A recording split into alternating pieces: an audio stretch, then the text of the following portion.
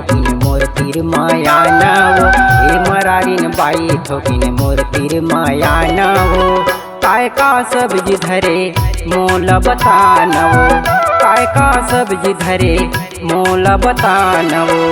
मैं हले हवो गोल गोल भाटल निमार के, मैं हले हवो गोल गोल भाटा तोर निमार के। ये गाली भैया काले बितय बताना रे, ये गाली भैया काले बितय बताना रे। आने बानी सब्जी हवे छाट की ले जाना रे, आने बानी सब्जी हवे छाट की ले जाना रे। तय हले नारे गोल गोल भाटला निमार की, तय हले नारे गोल गोल भाटला निमार की।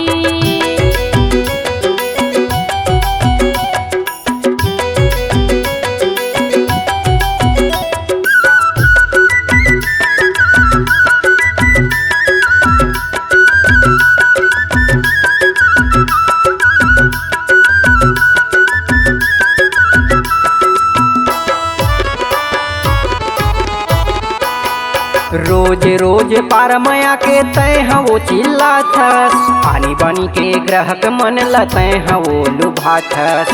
और काम हवे तोरा सब्जी के बेचना रे, कतो ग्राहक लेवत रथे ओला झन दिखना रे।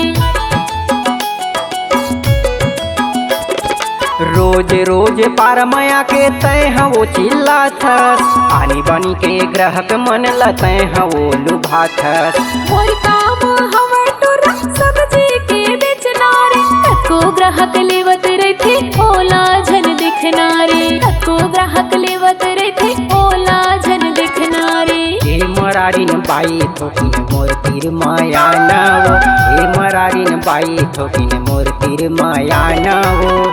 काय का सब्जी धरे मोला बतानवो, काय का सब्जी धरे मोला बतानवो। तय हले नारे गोल गोल भाटला निमार के, मैं हले हवो गोल गोल भाटा तोर निमार के।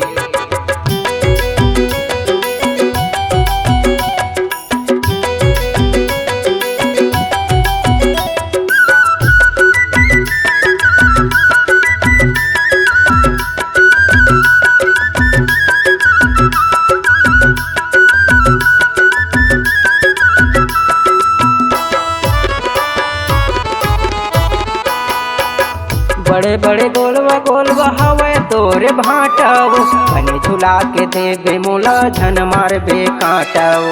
तेरे मट मट हटूरा लपर लपर गोटिया खचरे, काहे तोरे मन मटूरा जीवला झंझलाना रे। बड़े बड़े गोलवा गोलवा हवे तोरे भाटवो, बने झुला के देबे मोला झन मारबे काटवो। तेरे मट मट हटूरा लपर लपर गोटिया खचरे, काहे तोरे मन मटूरा जीवला झंझलाना रे, काहे तोरे मन मटूरा जीवला झंझलाना रे। हे मरारिन बाई थोकिन मोर तीर माया नवो, हे मरारिन बाई थोकिन मोर तीर माया नवो। काय का सब्जी धरे मोला बतानवो, काय का सब्जी धरे मोला बतानवो। तय हले नारे गोल गोल भाटला निमार के, मैं हले हवो गोल गोल भाटा तोर निमार के।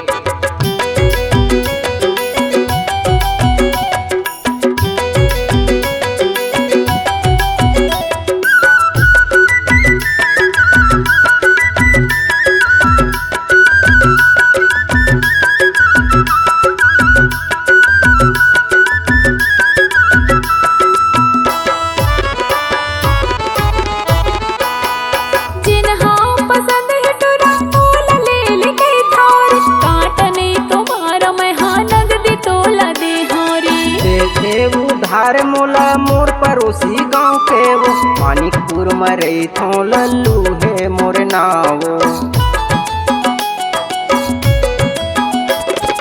जिन्हा पसंद है तोरा